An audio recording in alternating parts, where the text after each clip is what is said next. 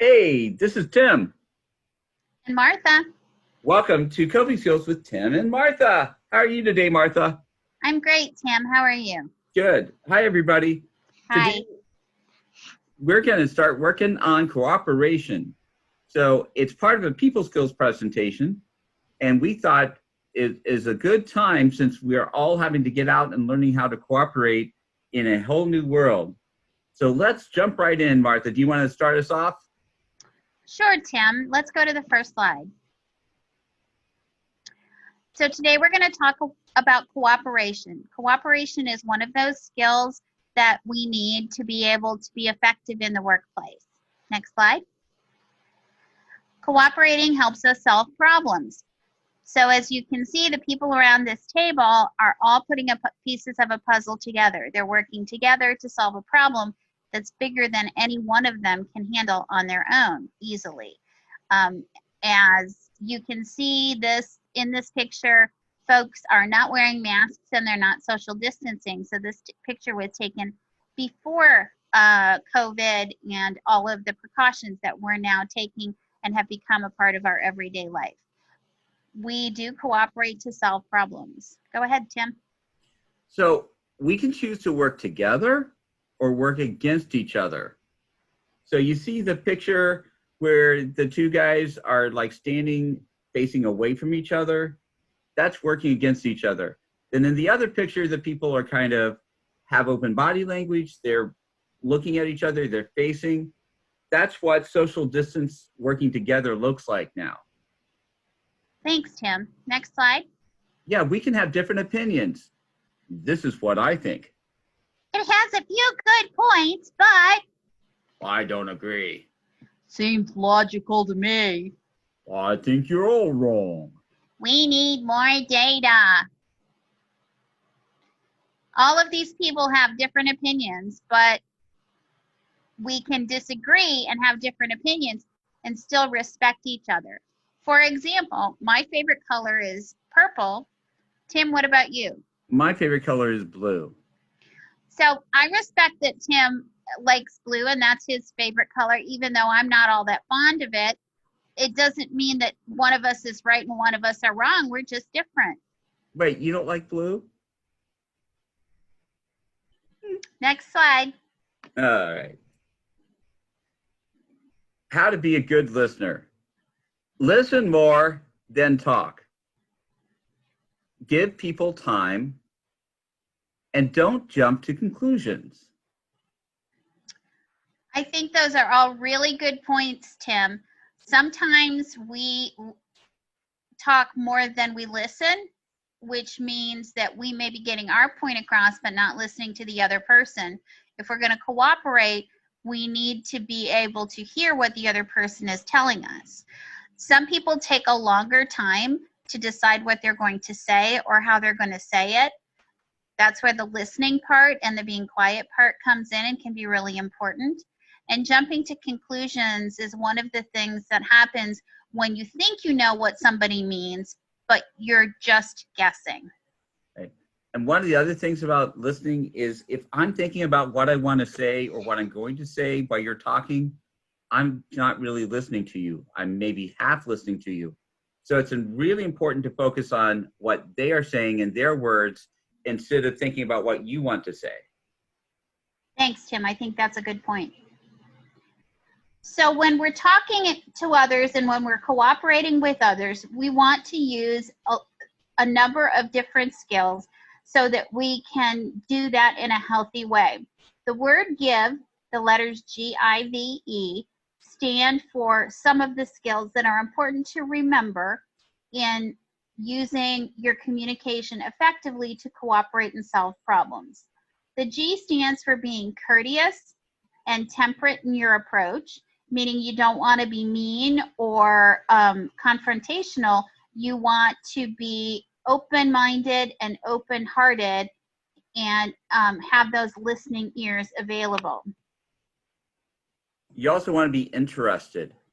So listen and be interested in what the other person's saying. So I want to hear what you're thinking and your side of the story instead of just thinking about my side.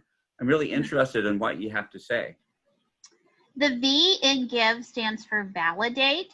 Validate means to accept that the other person's feelings, wants, difficulties, and opinions may very well be true for them, even if they're not true for you. And saying that you understand and accept that is a really important part of being a good listener. And of course, we want to use an easy manner.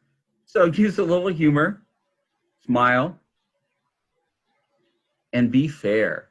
You know, non-judgmental, kind of seeing both sides, putting yourself in their shoes. It's all really important. And how many times do we get through the day just with a little humor and a smile? Thanks, Tim. Next slide. So here are some examples of gentle. The not gentle, you see the two people facing apart. The other people in the other picture are facing each other, kind of open body language, looking at each other, making eye contact. You'd want to use a calm voice and make sure you're facing the other person. And they're doing a good job social distancing and wearing the masks. Great job, Tim. Some examples of cooperation include thinking about the situation from the other person's point of view, and then working together to come up with a solution. So if your coworker says, I want to go first. Then you can say, I also want to go first, but why don't you go first this time and I'll go first next time? And your coworker says, great. You know, that works for me. That does. okay, so that's a really good example of cooperating, saying what you need, cooperating, negotiating, communicating with your coworker so that you can both be happy with the outcome. Thanks, Tim. Cooperation versus conflict. We're faced with this every day now. So if you're cooperating, cooperation looks like you say, I have a right to be heard.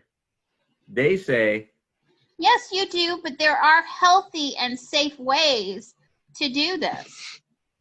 So in this example, we're both negotiating. We're using all the skills we've learned previously that Martha reviewed. But if we do this with conflict, you say, Martha, you're wrong. I can do whatever I want. Then they say, you know, I don't care what you think, and you will be stopped. So both people in this communication have a responsibility to use the skills. It's not just one side.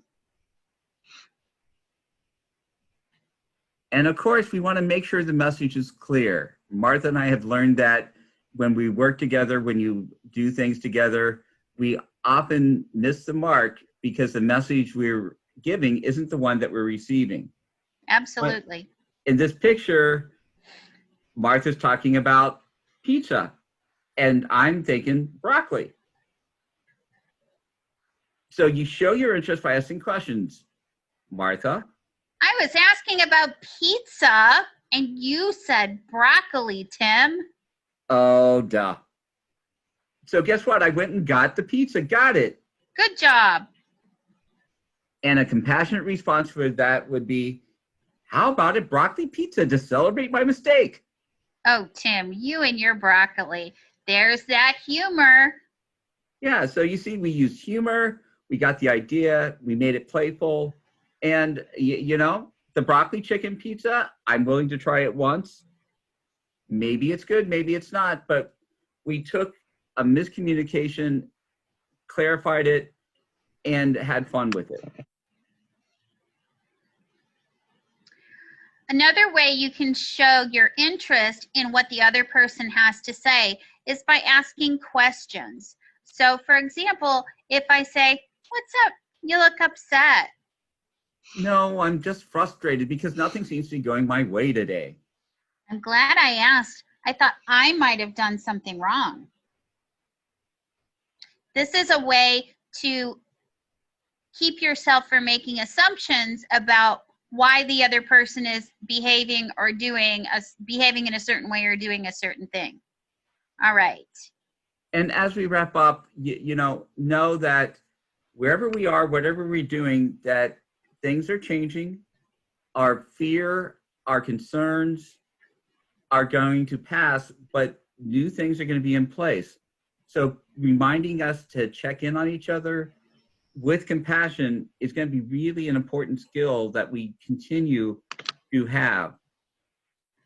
And make sure.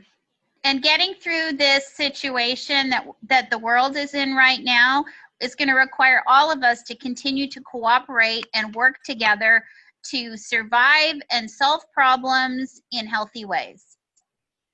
So we really appreciate you joining us for this edition of Coping Skills with Martha and Tim.